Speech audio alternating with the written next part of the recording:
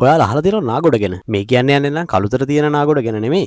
අපේ ගාල්ලේ තියෙන නාගොඩ ගැන. ගාල්ලේ ඉඳන් වඳුරපත් පහු කරගෙන කිලෝමීටර් 28ක් ආවට පස්සේ තමයි අපිට නාගොඩ හම්බ වෙන්නේ. නාගොඩත් එක්ක ඉතින් එදා ඉඳන් ඉන්න කෙනෙක් තමයි මේ ගින්ගඟ. ඔබ දන්නවද එහෙම කිව්වේ? නාගොඩ ටවුන් එකේ හැමතැනටම වගේ පේන කෙනෙක් තමයි මේ ගින්ගඟ. ගොඩක් ළඟින් තමයි ගලාගෙන යන්නේ. ඉතින් එදා අපි නාගොඩ යන දවසේ මෙන්න මේ කොඩිය ගහලා තිබුණා ගින්ගඟ මැද. එහෙනම් මේ ඉස්කෝලේ සෙට් එක අනිවාර්යෙන් මේ පෝස්ට් එක ෂෙයා කරගෙන යන්න ඕන.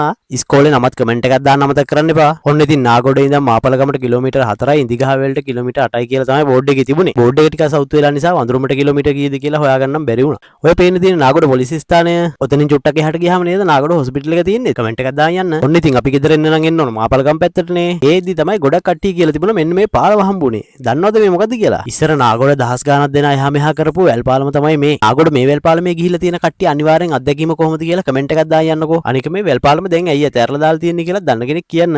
ඔයාලා තාම මේ වැල්පාලම දැකලා නැත්නම් ගිහින් බලන්නකෝ නාගොඩ සෙඩ් එක ගාවට. කොහොම හරි නාගොඩේ ඉඳන් මාපලගම පැත්තට එද්දි පල්ලෙහෙන් තියෙන ගඟයි වටපිටාවෙන් පේන්න තියෙන කඳු ටිකයි එක මාර්ම ලස්සනක් තමයි තියෙන්නේ. මෙතන ඉඳන් උඩුගමට තියෙන්නේ කිලෝමීටර් 8යිනේ. දැන් ඔන්න නාගොඩ සෙට් එක අනිවාර්යෙන් මේ වීඩියෝ එක ෂෙයා කරන්න ඕන.